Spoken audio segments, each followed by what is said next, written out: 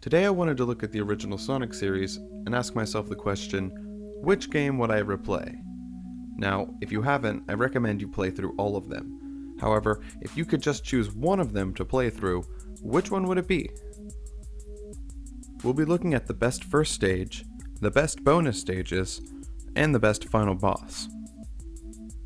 We'll also be considering which game has the best music. Let's start with the original, 1991's Sonic the Hedgehog. Green Hill Zone. This takes me back. Our first introduction to Sonic really was fantastic. The sprites were big and colorful, the music was great, and Sonic really had some speed to him. Broken up into 3 acts, Green Hill Zone had you running, jumping, destroying robots, and collecting rings. And in the final act you face off against the boss, Dr. Robotnik, or Eggman, or whatever the hell his name is. He swings a big checkerboard ball, and his pattern isn't too difficult to figure out. But he's a good first boss, and this is a good first stage. Let's jump to 1992's Sonic 2. This game introduced Tails, who could join Sonic as a team, or be played by himself. Let's just play as Sonic here, since we're talking about which Sonic game we would play, and, as I'll talk about later, Tails can become a liability in the bonus stages. The game looks much more crisp than the first one, however, the opening stage music doesn't quite do it for me in the same way that Sonic 1 does. The boss here is pretty pathetic. Much too easy to beat. Compared with the first boss of Sonic 1, this definitely doesn't do as well. Now, you might be expecting me to go into Sonic 3 right now. However, there was a game that came out a year before it, which I think deserves to be in the original Sonic lineup. We're talking about Sonic CD for the Sega CD. From the very first stage, Palm Tree Panic, you can see that this game has a lot more in common with the first Sonic than Sonic 2. And as a whole, the game really does feel like a follow-up to Sonic 1. What is unique to the game is the fact that you can travel through time. Meaning each stage has 4 different variations. A past, a present, a good future, and a bad future. This feature adds a lot of exploration to the game, and makes the first stage of Sonic CD much better than Sonic 1 and Sonic 2. As for the music, I could fill an entire video just on that. If you're a fan of the game, you probably know that there's a US and Japanese soundtrack. I happen to be a fan of both of them, although I slightly like the Japanese one a little bit more. Whichever soundtrack you prefer, I think you'll agree that the first stage music is really good. Plus, there's a variation on it for each time period. The only thing working against this game is the first stage boss. Not only is there an invincibility box right before you get to him, but all you have to do is jump behind him and hit him 3 times. Let's check out the direct sequel to Sonic 2, Sonic 3. One thing that I really liked about this game is that it gave you the chance to try out all the new shields right from the start.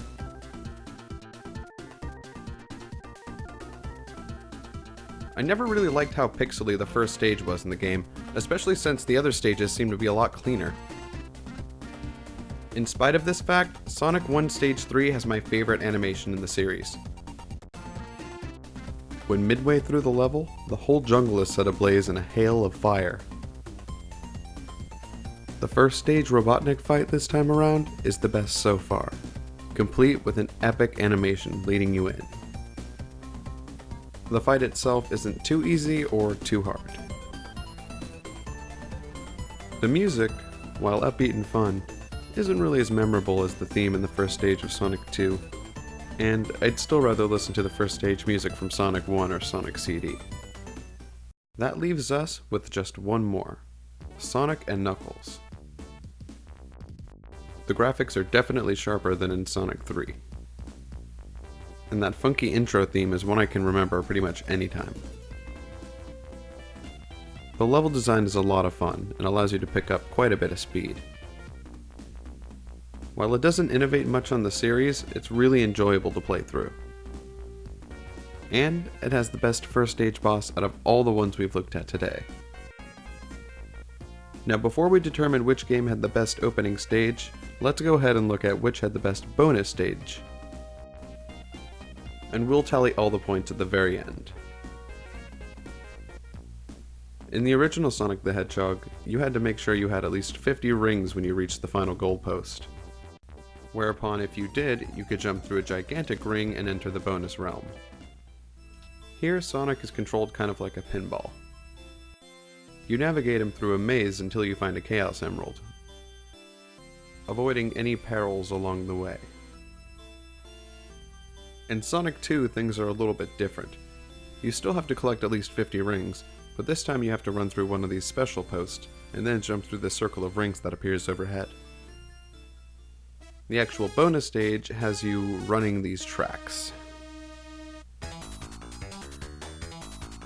What annoys me most about the bonus stages in Sonic 2 is that by default the game starts you off with Sonic and Tails. And if you have Tails in the bonus stage, like I said before, he's a frickin' liability. He's gonna end up getting hit by some bombs and screwing you out of getting the emerald. Mark my words. I don't know how anyone is able to get all the Chaos Emeralds with Tails riding you the whole time. It's like you pretty much have to go solo if you want to get a perfect game. Sonic CD definitely has the coolest looking bonus stage.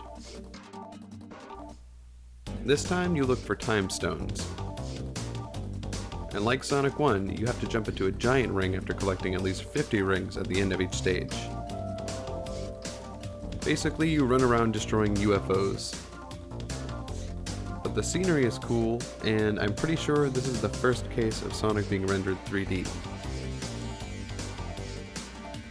The bonus stages for Sonic 3 and Knuckles are essentially the same. In this game, you have to find the giant ring portals hidden throughout the various stages. This can be pretty challenging until you figure out where all of them are. But it's a clever way to get the player to explore more. The bonus stages here are big spherical puzzles. Your objective is to turn all of the blue orbs red without running into one of the red orbs first. My first time playing this game, I had no idea you were supposed to box around the blue orbs to make them disappear. I wish I had the footage, but I actually got all of the Chaos Emeralds in Sonic 3 without making any squares. So that can be done, but it's tedious and annoying as hell. What makes these bonus stages so great is that they actually get your heart rate up. As you move faster and faster, your pulse definitely does too. Now, the only real difference between the bonus stages in Sonic 3 and Sonic and Knuckles is that the ones in Sonic and Knuckles are a little bit more challenging. Also, a yellow spring orb is added into Sonic and Knuckles. Given the fact that the latter game has a little bit more complexity to it, I'm going to say that Sonic and Knuckles has, just by a hair, a better bonus stage than Sonic 3. One of the hallmarks of a great game is an awesome final boss battle. Unless you're 8 years old, you're not going to find the final boss battle of Sonic 1 really challenging or rewarding. The pattern you follow is pretty basic. As for Sonic 2, they really beefed up the difficulty. Not only do you have to fight Metal Sonic with no rings, you then have to face off against a giant Robotnik robot. The more you try to get in 2 hits, the more likely you're going to die. Once you know what to do, it becomes really monotonous. But at least it's an actual challenge, albeit one of your patience. I remember playing this game as a kid, and I could never get past the final boss. It wasn't until college when I started playing these games again that I actually beat it. I think I can fairly say that this final boss is a lot better than Sonic 1. the final boss in Sonic CD might as well be called Disappointment. Okay, so the final boss in the original Sonic is better than Sonic CD? Sonic 3's boss is visually impressive, but not really difficult to beat.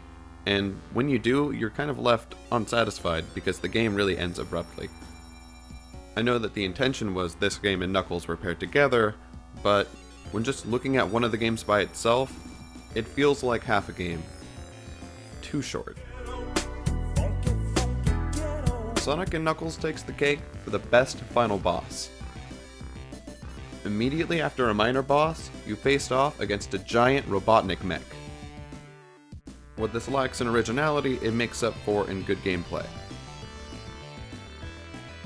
The big mech hunts you down, and even after you destroy it, you have to chase down Robotnik as he tries to flee.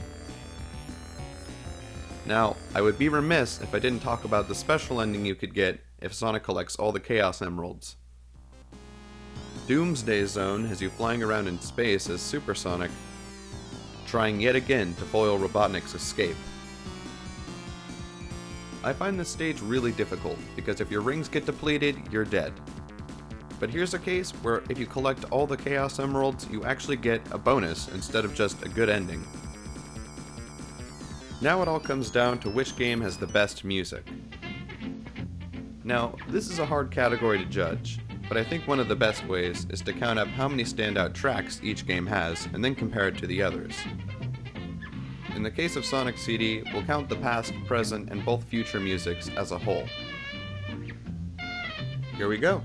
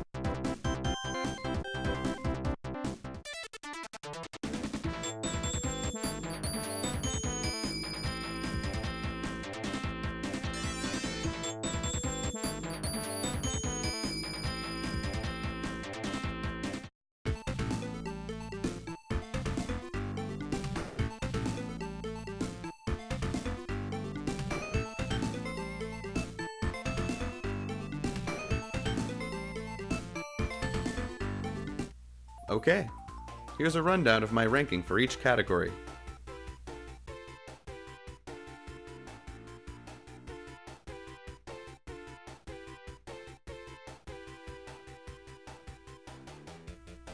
That makes the overall winner of this contest Sonic and Knuckles. Do you agree with my list? If you could only play one Sonic again, which would you choose? Feel free to comment down below, and please subscribe to The Objective Gamer. Until next time.